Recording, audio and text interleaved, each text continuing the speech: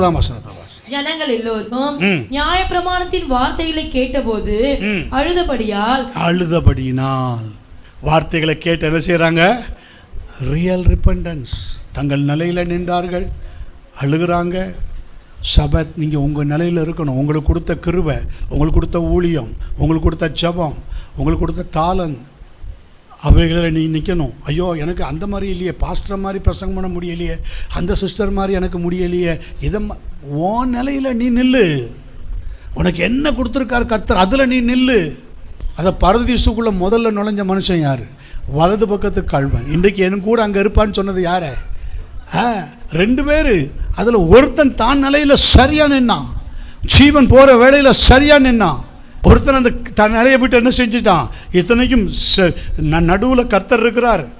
அந்த மாதிரி எங்கேயுமே இருந்ததில்லை. கர்த்தர் பாருங்க, கடைசி நேரத்தில் பாவிகளோடு கூட இருக்கிறார். ஆமென். பாவிகளுக்காக வந்தவர் பாவிகளோடு கூடவே இருக்கிறார். இன் மிட்ஸ்ட் ஆஃப்.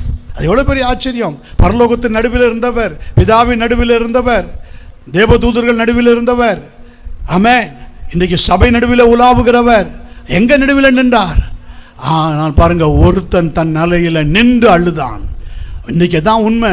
கர்த்தருடைய வார்த்தை உனக்குள்ள வருகிறதுனா நீ அந்த அவேர்னஸ் சபையாக இருப்பாயானால் உன் ஸ்தானத்தில் நீ நிற்பாய்.